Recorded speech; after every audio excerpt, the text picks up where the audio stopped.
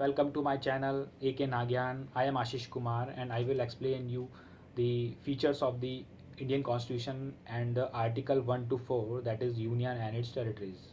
तो पहले आपके कुछ यूनिक फीचर मैं बताना चाहूँगा जो इंडियन कॉन्स्टिट्यूशन में आपको मिलेंगे. First one is 3 tyre government. India basically हमारे 3 गवर्नमेंट पे चलती है. First one is central government, second one is state government and third one is Panchayati Raj government. दूसरा यूनिक फीचर जो हमारे इंडियन कॉन्स्टिट्यूशन में है कि वो लेंथीएस्ट कॉन्स्टिट्यूशन है अगर हम किसी और कंट्री से कंपैरिजन किया जाए तो.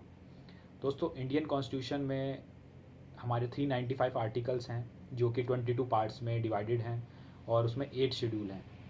और मैं एक एग्जांपल आपको और देना चाहूँगा. अगर हम अमेरिका के कॉन्स्टिट्यूशन की बात की जाए उसमें केवल 7 आर्टिकल्स हैं. तो आप इससे अंदाज़ा लगा सकते हैं कि इंडियन कॉन्स्टिट्यूशन कितना लेंथीएस्ट बनाया गया है.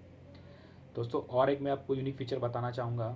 इंडिया में सिंगल सिटीज़नशिप ही अलाउ है और अदर कंट्रीज़ की बात की जाए यूएसए, ऑस्ट्रेलिया, यूके, वहाँ पे डबल सिटीज़नशिप का भी प्रोविज़न है.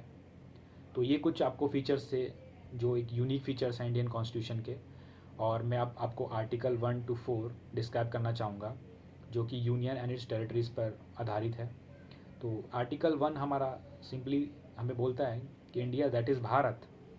देखिए दोस्तों, भारत यहाँ पे वर्ड जो यूज़ किया गया है वो एक टाइम पे एक कॉन्फ्लिक्ट हुई थी जब इंडिया के नाम के ऊपर चर्चा हुई थी कि कौन सा नाम कॉन्स्टिट्यूशन में यूज़ किया जाए.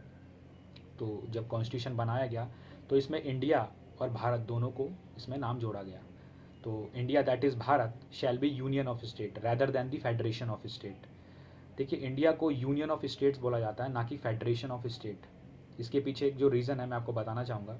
देखिए दोस्तों, फेडरेशन जो वर्ड है वो बेसिकली इंडियन, जैसे इंडिया है, इंडिया में बहुत से स्टेट्स को कोलैबोरेट करके इंडिया बनता है. ऐसे ही मैं आपको फेडरेशन का भी एक बताना चाहूँगा.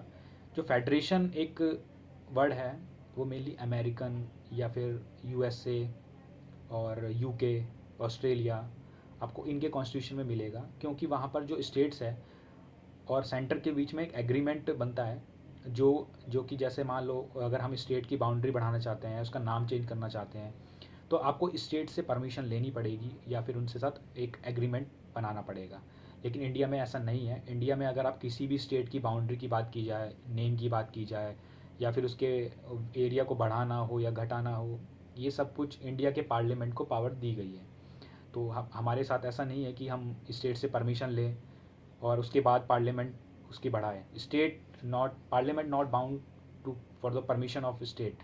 सो और जो आर्टिकल हमारा 3 है ये बोलता है कि हमें कि जो पार्लियामेंट है वो किसी भी स्टेट की बाउंड्री को या फिर नेम को चेंज कर सकता है.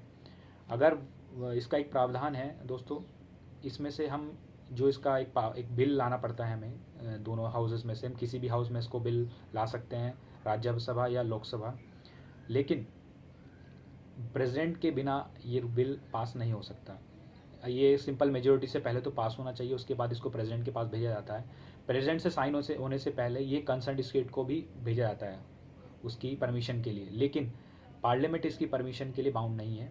अगर एक टाइम लिमिट तक स्टेट इसको पास नहीं करता है तो ये ऑलरेडी प्रेसिडेंट के पास वापस आके साइन होके ये एक लॉ बन जाता है और हमारी जो स्टेट की बाउंड्रीज़ हैं वो या नेम है वो उससे सिंपली चेंज हो जाता है. तो बेसिकली जो आर्टिकल 1 to 4 है हमारा इसी के बारे में हमें बताता है इंडियन कॉन्स्टिट्यूशन के. और इससे एक चीज़ और मैं आपको बताना चाहूँगा. जब स्टेट रीऑर्गेनाइजेशन एक्ट आया था हमारा 1953 में, तो इसके जो चेयरमैन थे वो फजल अली थे. जो हमारा स्टेट्स का पहले जो बनाने का तरीका था वो 1 लैंग्वेज और 1 स्टेट के इस पे आधार पे था.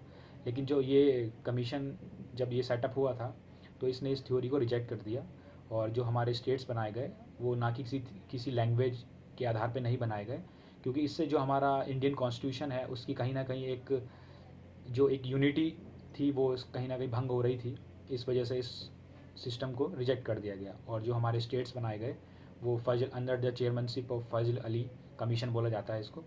उनकी चेयरमैनशिप में हमारे जो स्टेट रीऑर्गेनाइजेशन एक्ट है वो पास हुआ और हमारे स्टेट्स जो बनाए गए, जिसमें फर्स्ट में 1955 में हमारे 14 स्टेट और 6 यूटी हमारी बनाई गई.